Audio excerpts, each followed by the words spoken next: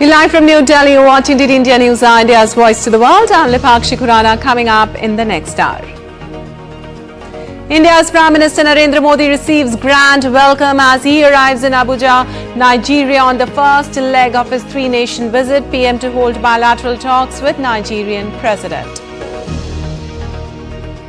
Chinese president says Beijing will work for smooth transition in China-US ties as he meets with US President Biden in Peru. Hezbollah claims several rocket attacks in northern Israel, saying it targeted military sites in Haifa area. Israel pummels South Beirut. G7 alliance reaffirms support for Ukraine as Zelensky says he wants to end conflict with Russia next year through diplomatic means. And in sports, Sinner demolished Rudd in straight sets to set up final showdown with Fritz at ATP Finals.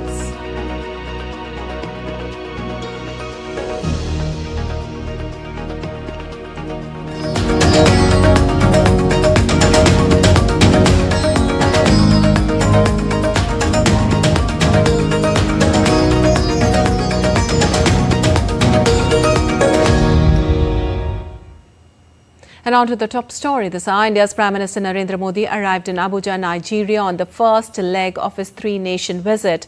The Prime Minister arrived to an enthusiastic crowd that received him with a grand welcome.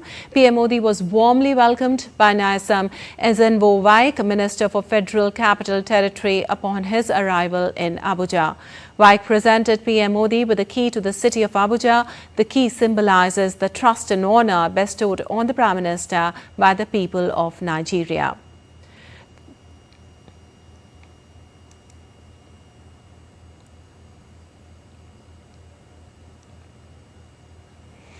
The Marathi community in Nigeria thanked PM Modi for according classical language status to Marathi.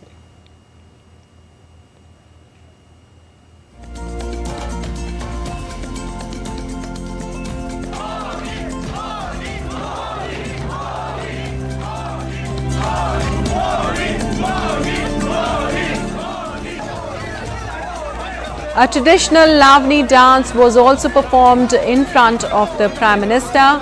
A youth who scaled Mount Kilimanjaro with a photo of Prime Minister also met Prime Minister Modi. The Indian citizens and the diaspora were buzzing with excitement upon the arrival of PM Modi. Several members of the diaspora were seen holding Indian flags and chanting Bharat Mata Ki Jai with palpable excitement.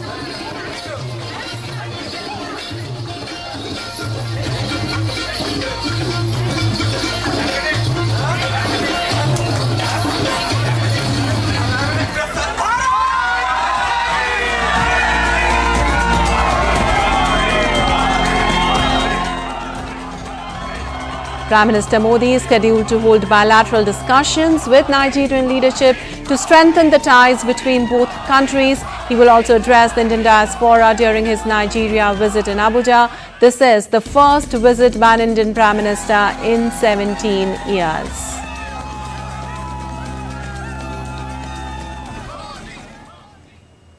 And Prime Minister Narendra Modi was given a rousing reception on his arrival in Abuja. DD India correspondent Vishal Barasto caught up with a section of the Indian diaspora.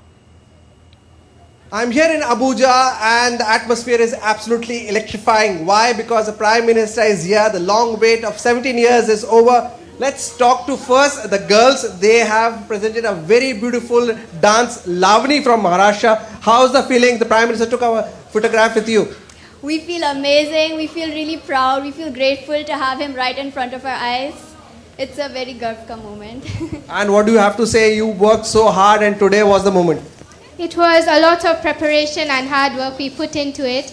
So we're very thankful that he came, he watched us, he took pictures with us, and it's a great opportunity for us. So how did you find the Prime Minister? He was very nice and I was very elated to see him. What makes you so proud to be here receiving the Prime Minister? We are so happy to receive our Prime Minister after 17 years of long wait. We can see his dynamic personality over here, and we see forward this Nigeria and India bilateral relationship going a long way forward. So there you heard from all these people, and there is one mother with a child. So you've been waiting so long. Yes, and it was a pleasure to see him. You know, it was our dream to see him. He's such a nice man. They were all chanting Modi, Modi, with cameraman Mohan Mukut in Abuja. This is Prasar Bharati for DD India. After Nigeria, Prime Minister Narendra Modi will head to Brazil's Rio de Janeiro to take part in the G20 summit.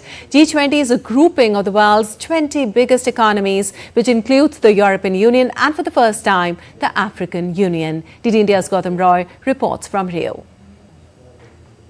Brazilian military forces already taking positions at the venue of the 19th G20 meeting taking place in Rio de Janeiro on the 18th and 19th of this month. Prime Minister Narendra Modi will be participating here as well, along with the leaders of the world's 20 largest economies who will be deliberating on key issues such as eliminating hunger and poverty, sustainable development and reform of global institutions. There will be a lot of focus on how to further increase the growth of these economies as well, and global growth too, because that is connected with a lot of problems and challenges that really confront the world apart from the conflicts in both Ukraine and Gaza.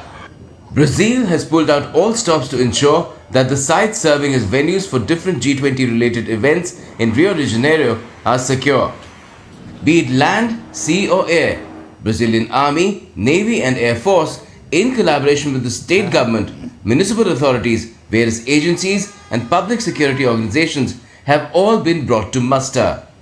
The nation's president, Luiz Inácio Lula da Silva, has invoked Guarantee of Law and Order or GLO special powers, under which the army alone has deployed over 7,500 troops all over the city. They are not only guarding dignitaries and venues, but also working to thwart terrorists, cyber attacks and drones. The Navy is providing maritime security by controlling access to cities' ports, safeguarding coastal areas, protecting critical infrastructure and supporting ground operations. Christ the Redeemer watches over Rio all the time. But for the G20 summit, where delegates of over 60 nations and heads of state and government of over 40 countries are gathering, nothing is being left to chance. Be it the air, the sea or the land, the Army, Navy and the Air Force are going to be watching all proceedings very, very closely to ensure that everything takes place very smoothly without any incident. With camera person Loknath, Gautam Roy, Rio, Brazil, DD India.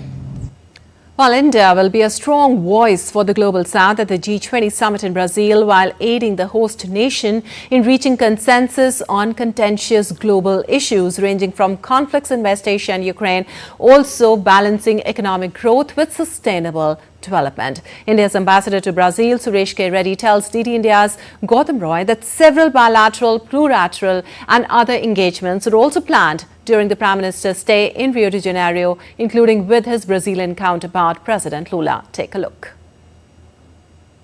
The G20 summit is being held in Brazil's Rio de Janeiro. India's Prime Minister Narendra Modi will also be taking part in it, having hosted the New Delhi edition last year. We have with us Ambassador Suresh Reddy, India's ambassador to Brazil, with us to talk about what's on the agenda and what else could be there on the sidelines of the summit as well. Thank you for speaking to DD India, Ambassador. What can you tell us about the agenda that Brazil has? How close is it to India's heart? How well aligned is it with what India had last year? And will Prime Minister Modi be bringing an India perspective to the proceedings as well? Thank you. Thank you. Namaskar to everybody. This is a very important summit because what Brazil is trying to achieve is to build on our success. And as you're aware, India's presidency has been unique because it has been unique, number one, it has been able to actually put focus on the issues which the developing countries are facing. And number two, it has been able to, for the first time, add a new member to the G20. If you recall, from 2008, there's been no addition to the G20. And so this was the first time we had African Union become a member. And that is a very significant achievement by itself. And number three, we are able to achieve consensus on all the issues. And I think it reflected the stature of India. It reflected the fact that today India's position is such that all countries are willing to partner with India in finding global solutions. Our focus was on sustainable development, in addressing the challenges of socio-economic inclusion. And Brazil, they are building on the same approach. our theme was on one earth, one world and one family, fundamentally emanating from the belief that it's a Vasudhaiva Kudumbakam, right? And Brazil is also building on the same, to build a just planet supported by sustainable development. That is what they are working on. And their priority is also same, aligned with our priority. Like for example, Brazil is now introducing a new initiative called the Global Alliance Against Hunger and Poverty, which is naturally globally a very, very important topic, but on which India has already been taking the leadership through its presidency, where it again kept a focus on this challenge. So there are many areas in which we are working together. But an important area, India's leadership was evident, and in which Brazil is now building upon, is in the disaster resilience infrastructure, disaster risk reduction. They are recognizing, our Prime Minister, recognizing the impact of the disasters. So for the first time, we had created this working group called a disaster risk reduction. And we had the first working group meeting, and now Brazil had the first ministerial meeting. So congratulations to Brazil on the success of that, which was a very productive meeting, and in which we have built upon. We have come out with a policy framework on how to deal with the disasters. And today, as you're aware, when you look at the scale of the disasters, abhi har saal it is only increasing, the disasters are increasing, plus पिछले decade and this decade के बीच में तो लगभग it has gone up by 22%. And the cost per year is now today already touching $400 billion. So, yes, wonderful. And in terms of, since you mentioned the African Union, the Global South, it will have a larger voice this time around in the summit. How will its interest be furthered? Because India and Brazil are also part of it. So how will the collective interest of Global South be furthered now in this particular summit? It's an important point which you have raised, because when we talk of Global South and inclusion of African Union, what we need to recognize is that it is not just African Union which has become a member. What we have today is that 55 countries. The voice of 55 countries is going to be reflected in this meeting, number one. And number two, we had very successful Voice of South, the Global South Summit, which we had, 2 summits as you are aware. And in the first summit only, we had more than 125 countries participate at the leaders level. And it was very important because the challenges today are met by the developing countries. And in this context, it was important that we make them party to the process. उनसे सुनकर हम क्या कैसे आगे जा सकते हैं. That was the main message. So we listened to them, we incorporated those ideas into it, and part of that process was inclusion of African Union. Now with Brazil also, we are working very closely on this area. And here what is interesting is that India, Brazil and South Africa, as a trika bhi hum kaam kar rahe hain isme. So that what we have achieved and what Brazil is building upon, then South Africa can take it forward.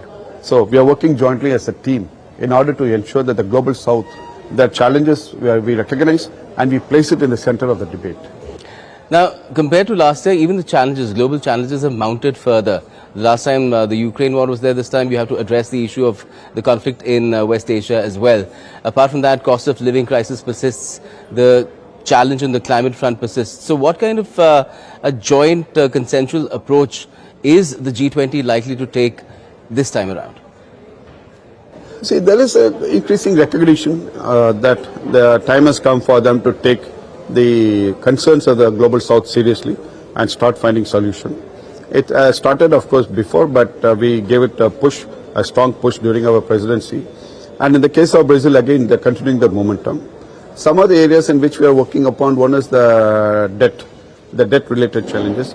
Today, situation is like in some countries, the payment of interest on the debt is much more than the budget available, even for developmental activities like health or education, jo bhi hai.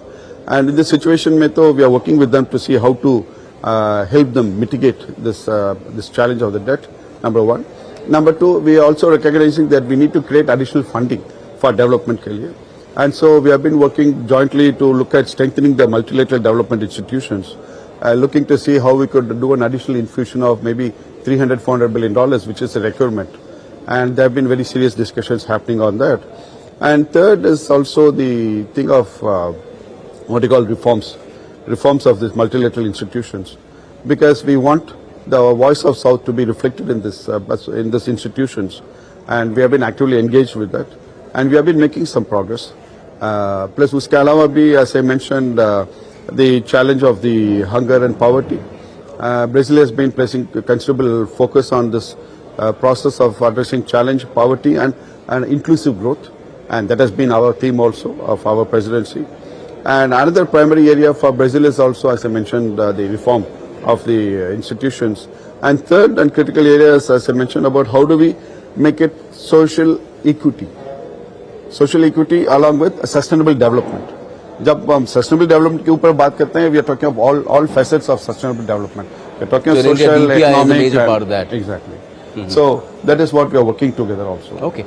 And in terms of how it's a place of the gathering of over 40 heads of state and government, what happens at events such as these is a lot of bilateral or plurilateral meetings also take place on the sidelines. So what kind of other meetings is the Prime Minister said to have? What can you tell us about that? Oh, I mean, as you know, Prime Minister, his agenda is always busy. It is busy also because every leader wants to meet him. Every leader wants to engage with India, and every leader wants to be every country wants to be a partner with India in this process.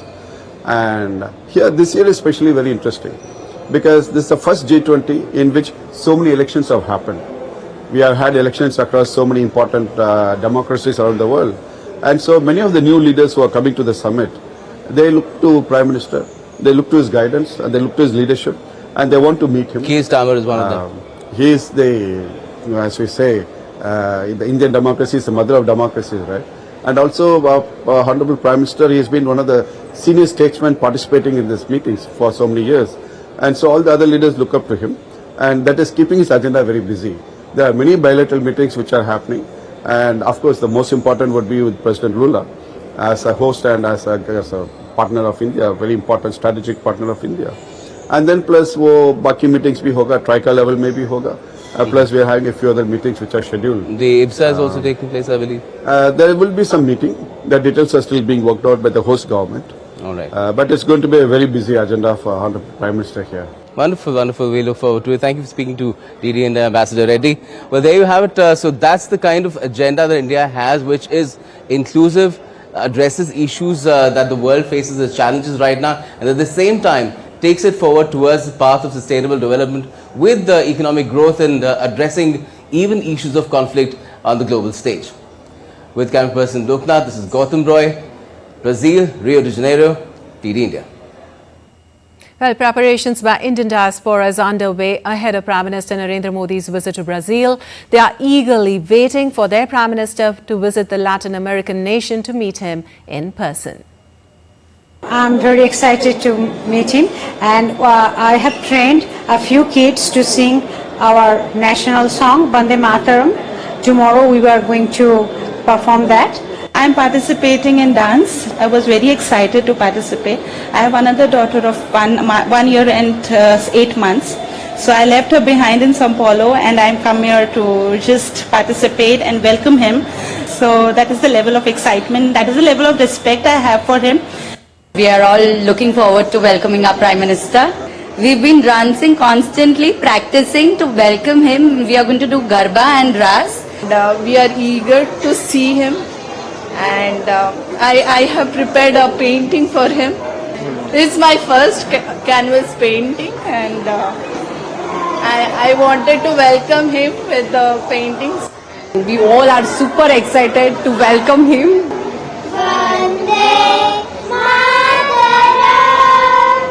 Vande Mataram, Vande Mataram, Sujalam, Sufalam, Malayaj Shitalam, Shashamalam,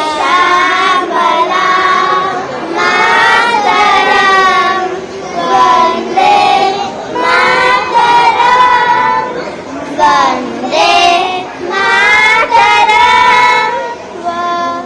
Bharat Mata ki Jai. And still to come on DD India News Hour.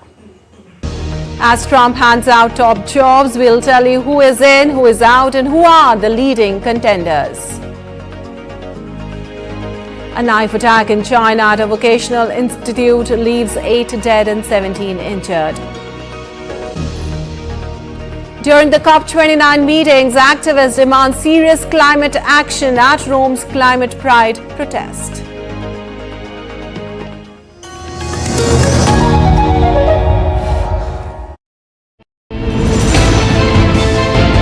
geopolitics and trade deals. Economic challenges amid development. Hard work and the path to prosperity. It's the economy always. Between walkers, money is what money does and says. Supply creates its own demand. Between the bulls pulls and bears tears. When supply chains globalization and India rises to the podium. We'll get you centered with the economic brief at 8 p.m. every Thursday on DD India.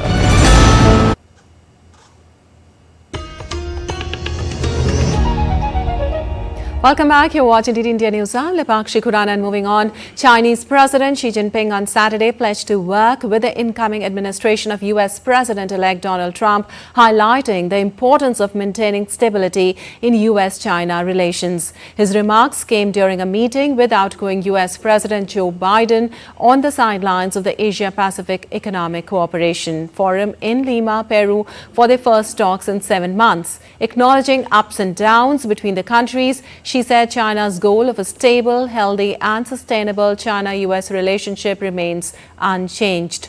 Whereas Biden told Xi that the two leaders haven't always agreed, but their discussions have been frank and candid. China is ready to work with the new US administration to maintain communication, expand the cooperation and manage differences so as to strive for a steady transition of the China-US relationship for the benefit of the two peoples. China-US relations is critical not only to the interest of the Chinese and American peoples, but also to the future and destiny of the entire humanity. I once had to count up the number of hours you and I spent alone together. I remember being on the Tibetan Plateau with you, and I remember being in Beijing, I remember all over the world. And both as first as vice president, then as president. We haven't always agreed, but our conversations have always been candid and always been frank. We have never kidded one another. We've been level with one another. I think that's vital. These conversations prevent miscalculations, and they ensure the competition between our two countries will not veer into conflict. Be competition, not conflict. As US President-elect Donald Trump's transition team is considering a former Uber executive to lead the US Department of Transportation as per sources. Sources also claim that 3 current former Republican congressmen, one of whom is now a Fox News host, will also join the former Uber executive.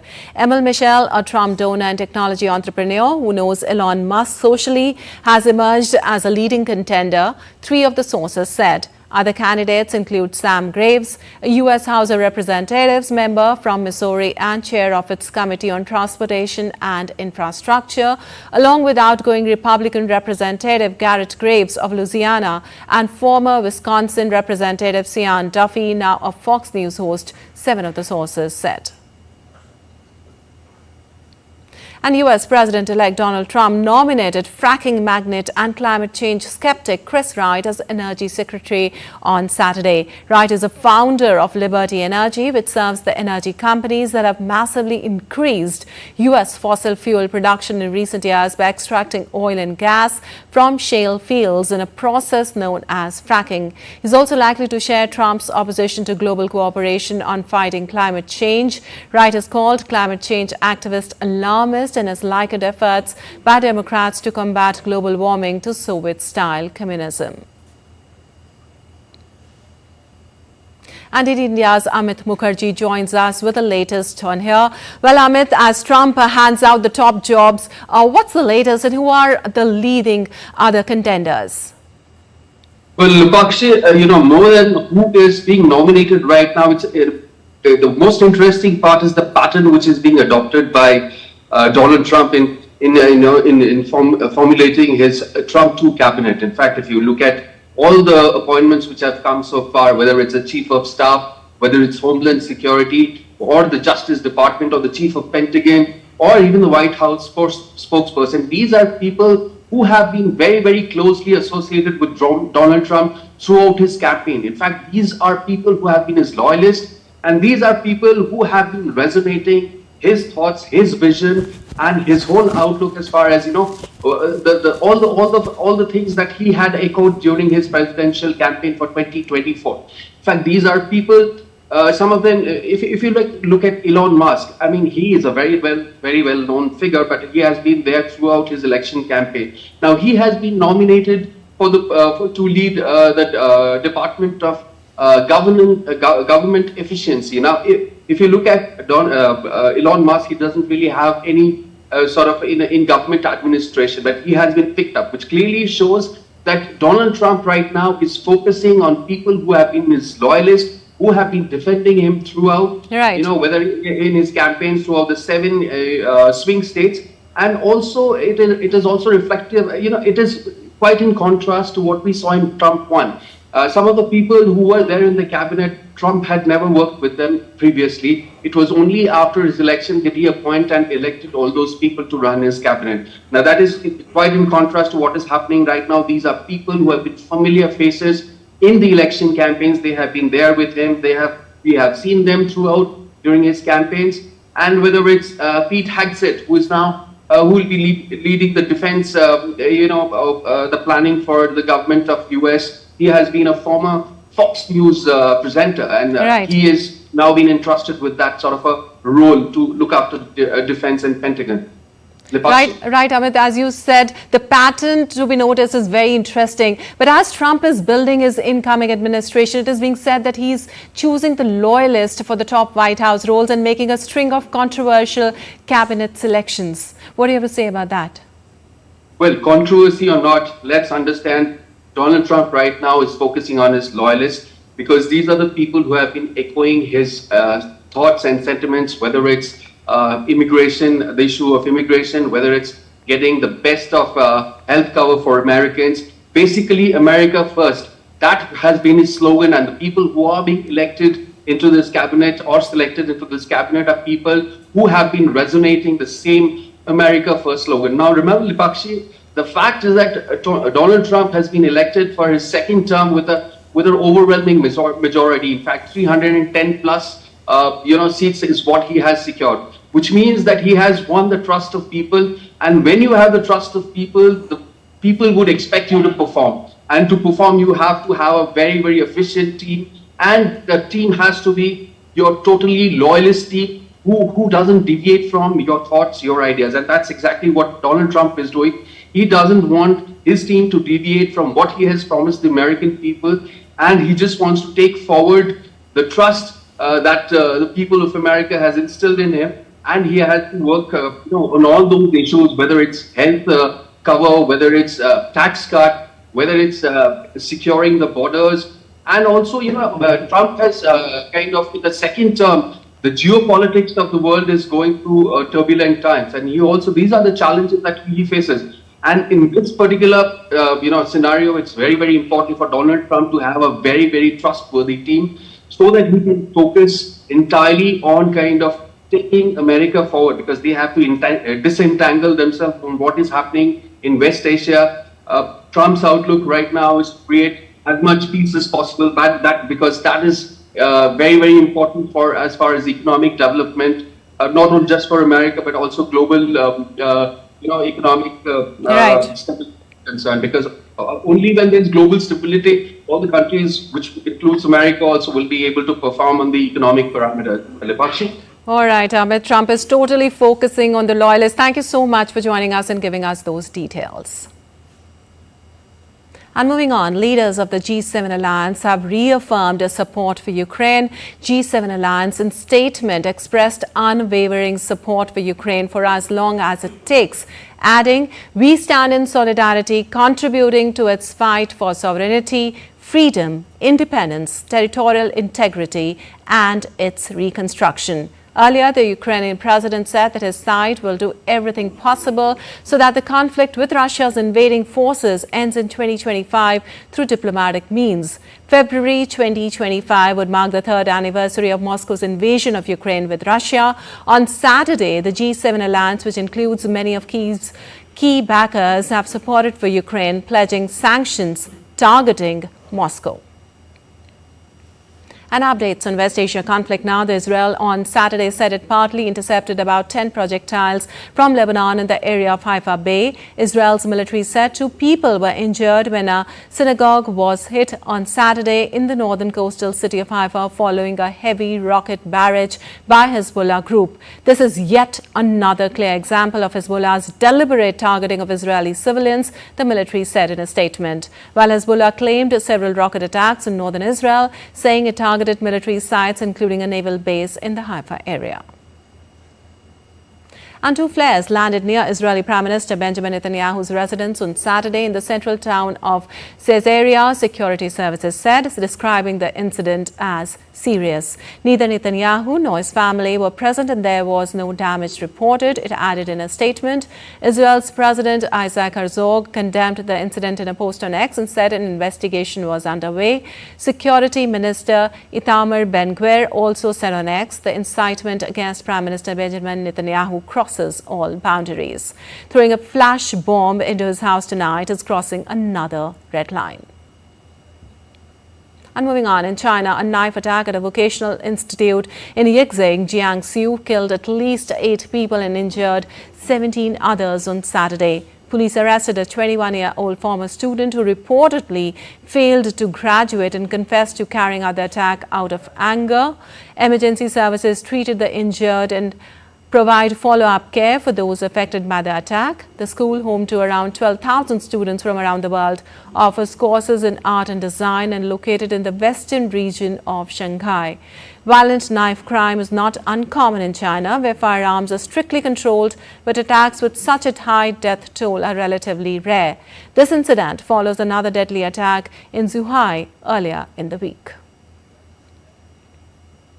An activist marched to Rome in a climate pride protest on Saturday, urging an end to fossil fuel dependence during the COP29 meetings in Azerbaijan.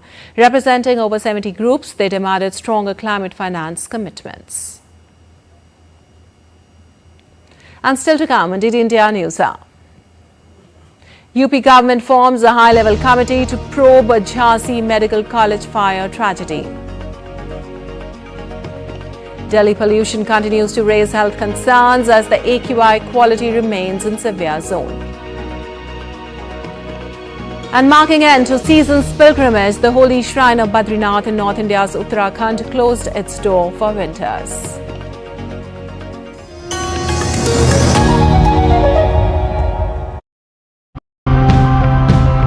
Our habitats are turning into concrete jungles, and that is concerning. But there is hope even in this grim reality. Our rivers are like lifelines. They are spaces for humans, for biodiversity. And yes, we have neglected them so far, but really that's an opportunity for us to restore them to their natural conditions. We now have species that can adapt by conserving the water they have instead of letting it evaporate and being easy to care for. We have always been farmers in my family. We used to do chemical farming with hybrid seed varieties. But now, we have switched to organic farming with natural seeds. This embankment will be removed and the river will be widened to cover the grassland up to the wider flood embankments on both the Swiss and Austrian side.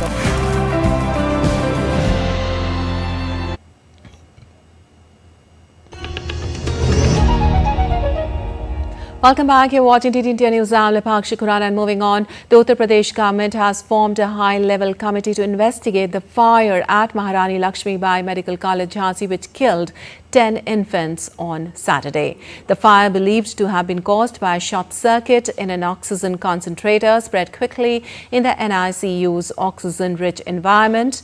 A 4-member team led by the Director General of Medical Education will examine the fire's root cause, possible negligence and prevention measures. The committee, including Health and Fire Service officials, has been directed to submit its report within 7 days. Meanwhile, the National Human Rights Commission has issued notices to the state's Chief Secretary and DG Police seeking a detailed report within a week. And India's Defence Research and Development Organisation successfully conducted a flight trial of its long-range hypersonic missile on Saturday from Dr. APJ Abdul Kalam Island off the coast of Odisha. The missile was tracked by various range systems deployed in multiple domains. The flight data obtained from downrange ship stations confirmed the successful terminal maneuvers and impact with a high degree of accuracy.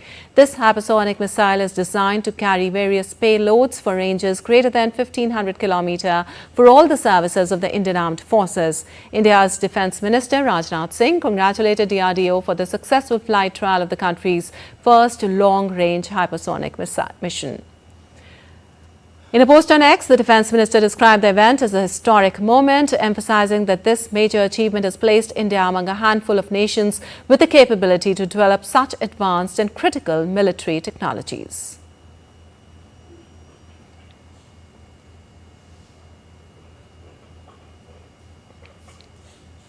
And India on Saturday sent the first consignment of about 425 metric tons of food grains and other edible items to Suriname for its social welfare program. Ministry of External Affairs spokesperson in a social media post on X informed that the first consignment, fulfilling India's commitment to support government of Suriname through supply of food grains and other edible items for their social welfare program, left for Paramaribo. India enjoys close, warm and friendly relations with Suriname, and reinforced by cultural and people-to-people contacts bridged by Indian diaspora's arrival dating back to 1.5 centuries. And in a remarkable achievement, over 10 lakh senior citizens aged 70 plus have enrolled for Ayushman Vandana card, where 3 weeks of its launch. This card enables seniors to access free healthcare benefits under the Ayushman Bharat Pradhan Mantri Jan Arogya Yojana. Since the launch of this card, treatments worth over 9 crore rupees have been authorized, benefiting more than 4,800 senior citizens, including over 1,400 women. And with an aim to eradicate sickle cell, Department of Post released a commemorative postage stamp. The initiative posts towards creating a healthier future for tribal communities. Governor of Madhya Pradesh, Mangubhai Patel, and Chief Minister Mohan Yadav unveiled the commemorative postage stamp at Dhar, Madhya Pradesh. Essential measures include the setup of AIIMS Bhopal's specialized lab for newborn testing, prenatal diagnostic in partnership with Sankalp India, and a robust mobile app and national sickle cell portal for effective tracking and reporting. And the future of Indian cinema takes a center stage at the 55th International Film Festival of India, to be held from 20th to 28th of November 2024 with the Transformative Creative Minds of Tomorrow initiative. Launched under the banner of Azadi Ka Amrit Mahotsav, celebrations by the Ministry of Information and Broadcasting, CMOT has become a beacon for discovering and nurturing India's brightest young talents in filmmaking. In its 4th edition, CMOT continues to solidify its reputation as a one-of-a-kind platform that celebrates the talent and ambition of young artists, filmmakers and creators. This year's CMOT program boasts a significant expansion, welcoming 100 young talents across 13 filmmaking trades, a leap from previous editions that featured 75 talents in 10 crafts. And now let's take a look at other stories making news today. The holy shrine of Badrinath in North India's Uttarakhand closed its door for winters on Sunday, marking end to season's pilgrimage, while devotees bid a heartfelt farewell to another divine season. The symbolic act takes place after a formal handover of the Ved Upanishad to the chief priest and religious head of the temple. Surat police busted a gang involved in cybercrime on Saturday. Commissioner Anupam Singh Gehlot said that Surat Cyber Police team arrested 3 accused with 210 FIRs against them, who were collecting fraud money from 281 fake accounts. The money collected was being transferred to Dubai. Ambassadors, high commissioners and diplomats from 14 countries visited the iconic 13th century Sun Temple in Konark, Odisha on Saturday. Bhutan's ambassador Wetsof Namgyal praised the UNESCO World Heritage Site, calling its intricate carvings and architectural design a masterpiece deserving eternal preservation. Uttar Pradesh Chief Minister Yogi Adityanath visited the International Trade Fair at Pragati Maidan on Saturday, uplifting India's MSME entrepreneurs. India International Trade Fair is the biggest trade fair in Asia, where MSME entrepreneurs get an opportunity to showcase their products. It has been put in front of the global platform in the form of One District, One Product. And still to come on DD India News Hour. Sixth cyclone to hit Philippines in a month enters the super typhoon category. Authorities issue evacuation alert. Shubman Gill's thumb fractured in a training session in Perth ahead of first test against Australia. And lantern lights up Thailand's night sky as it celebrates a traditional Yipeng festival.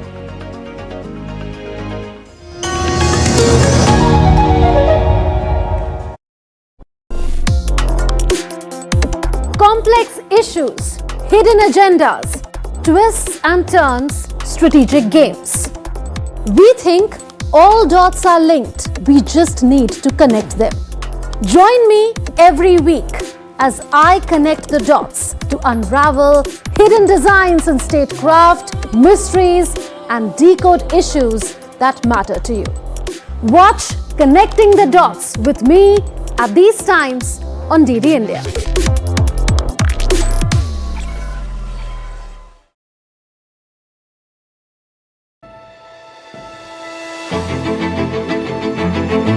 Goa, a wild nature paradise, where over a third of the state remains wild today, and every corner is full of surprises.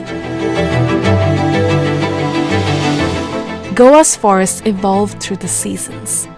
Insects and crocodiles flourish in the monsoon, butterflies in the months after the rains subside, and in the winter, the jungle transforms into a haven for birds.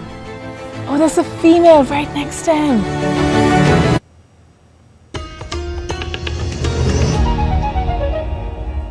Welcome back. You're watching DD India News Hour. Lipakshi Kuraran moving on. Weather updates from across the globe now. Mani, the sixth tropical cyclone to hit the Philippines in a month, marks its landfall over the eastern towns in the capital region on Saturday. It continues to intensify in the western Pacific Ocean. Philippine authorities issued an urgent appeal on Saturday for residents of low-lying areas and coastal towns to move to a safer place. The super typhoon Mani gained a strength on its approach towards Philippines' Luzon Island, with maximum sustained winds reaching 195 kilometers per hour. The country is still coping up with the widespread damage after Typhoon Usagi barreled down, leaving a trail of destruction in Cagayan province. And tropical storm Sara struck the Caribbean coast of Honduras in Central America, leaving devastating impacts as authorities issue a red alert late on Saturday. The storm Sara is anticipated to affect the northern region, leading to widespread flooding and triggering warnings of heavy rains over the weekend. The U.S. National Hurricane Center forecasts that Sara could potentially unleash catastrophic flash floods and mudslides. Sara would impact coffee-producing regions including El Salvador, eastern Guatemala, western Nicaragua, and the southern Mexican state of Quintana Roo. And Pakistan's Punjab province declared a health emergency due to smog and imposed a shutdown in two major cities. Smog has choked Pakistan's Punjab province for weeks, sickening nearly 2 million people and shrouding vast swathes of the province in a toxic haze. Time off for medical staff is cancelled and all education institutions are shut until further notice. Authorities are imposing a lockdown in the cities of Multan and Lahore and halting construction work in these two places. The dangerous smog is a byproduct of large number of vehicles, construction and industrial work, as well as burning crops at the start of the winter wheat planting season. Pakistan's National Weather Centre said rain and wind were forecasted for the coming days, helping smoky conditions to subside and air quality to improve in parts of Punjab.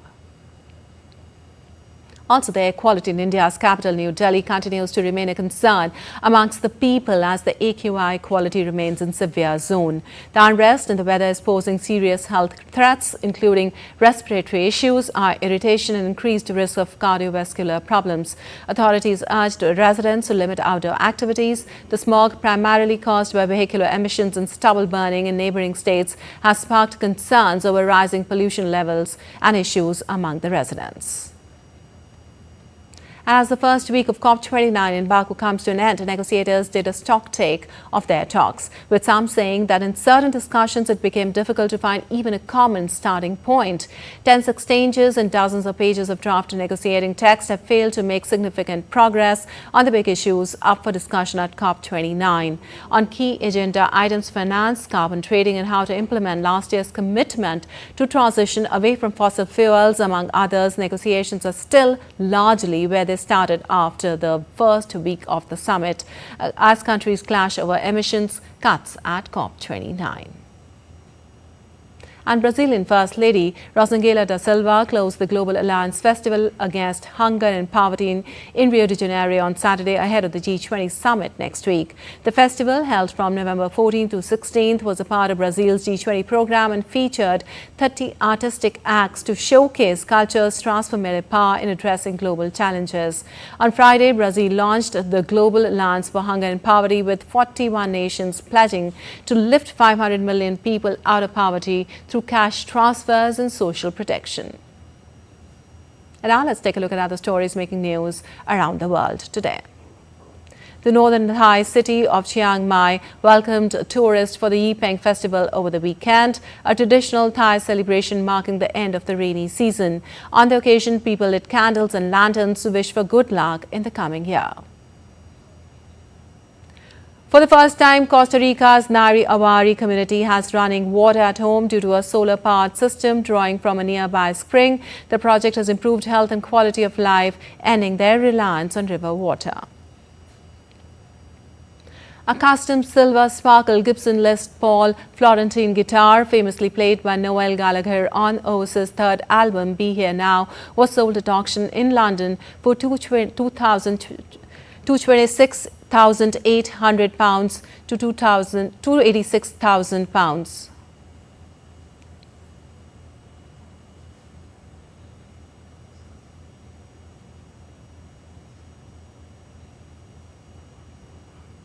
Well, you're watching DT India News Hour. Time now for some sports news. Special Olympics Bharat, the National Federation promoting sports for athletes with intellectual disabilities, announced a 16-member squad that will represent the country for the Special Olympics Asia Pacific Bocce and Bowling competition to be held from November 18 to 22nd at the Thiagaraj Sports Complex. The squad consists of 8 athletes each for both bocce and bowling, along with 8 coaches who will assist them. Exclusive report by DT India correspondent Narayan Singh. New Delhi is gearing up to host the Asia Pacific Bocce and Bowling Competition 2024, a historic event for athletes with intellectual and developmental disabilities. Scheduled from November 18 to 22, the competition will witness about 100 athletes from over 10 Special Olympic programs to showcase their talent. This groundbreaking event focuses on athletes aged 22 and above, a group often overlooked in sports as they grow older. Special Olympic Bharat President Dr. Mallikananda emphasized the importance of the event. The significance of this event is that we are highlighting the age group of 22 plus who are senior athletes and who often do not get opportunities to participate in World Games. Our focus area in this game is our senior 22 plus athletes. The athletes, along with their coaches, are leaving no stone unturned in their preparations. Their excitement and determination are evident as they train hard for the big stage. Special Olympic ने ये 22 plus के लिए जो हमारे special बच्चे होते हैं और इनकी बिलो आईडी एबिलिटी सारी होती है उसको कवर किया है इन्होंने और उन बच्चों को टाइम दिया है, मौका दिया है जो बच्चे सीरियसली ज़रूरत है उनको इस चीज़ के लिए. Mainly it's not a age to start a game, but Special Olympic give them chance to present in this age 22 plus. They really get good chance to present their country. हमने बहुत ज़्यादा तैयारी की है, अच्छे से मेहनत करी है, उसके लिए मेडल लाएंगे, जीत के जाएंगे. The competition promises not only to celebrate the spirit of sports but also to inspire a shift in how society views athletes with disabilities. As the countdown begins, Delhi prepares to welcome champions ready to break barriers and create history. Narayan Singh's report for DD India. Well, the Indian hockey team outclassed China 3-0 in the Women's Asia Champions Trophy match in Rajgir on Saturday to book semi-final berth. Sangeeta Kumari, captain Salima Tete and Deepika scored the 3 goals for reigning champions India. India has risen to the top of the Asian Champions Trophy standings with 12 points from 4 matches. China dropped to second position with 9 points. Both the teams have qualified for the semi-finals. India will take on Japan in the final league match on Sunday before the semi-finals. And India top-order batter Shubman Gill has sustained a thumb injury which is likely to rule him out of the opening test against Australia starting on 22nd of November. Gill got hurt while fielding on the second day of the intra-squad match in Perth. He was seen in considerable pain and immediately left the field for further scans. Gill's absence could be a massive blow for the visitors as he is not only a stable runner-3 batter but would also open the innings. Another candidate, KL Rahul, left the field on Friday during training session after being struck on the elbow by fast bowling teammate. The test team have been practicing match simulations against a side comprising India squad members and fringe players at the WACA ground in Perth. And world number 1 Jannik Sinner outclassed Norway's Kasper Ruud on Saturday to set up an ATP Finals title decider against Taylor Fritz. Sinner was unstoppable as he dispatched Ruud 6-1, 6-2 in the evening session at a packed arena in Turin and will be favourite to become Italy's first winner of the prestigious year-ender. The 23-year-old was razor sharp against Ruud and was in complete control after breaking serve in the second game. He reached the final without dropping a set, though clouded by an anti-doping controversy. Sinner has won 25 of his last 26 matches in the court. The second semi-final was a stark contrast in the first, in which Fritz and world number 2 Alexander Zverev of Germany were involved in a ferocious slugfest, with the American winning 6-3, 3-6, 7-6. And Thailand celebrated its traditional Yipeng festival, lighting up the night sky on Saturday. Thousands of Thai tourists lit lanterns at the infamous tourist hotspot Chiang Mai. It is believed that releasing them will take away all the bad luck.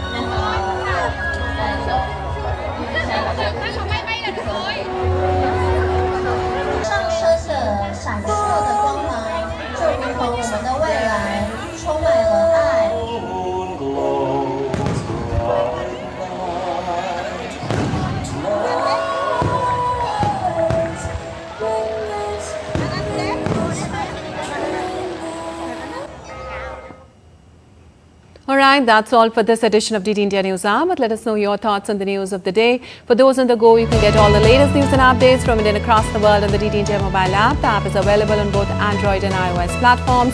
Scan the QR code on the screen to download now. We'll be back with more news as it breaks here on DD India. I'm Lipakshi Khurana from all of us here in Delhi. Thanks for watching DD India News Hour.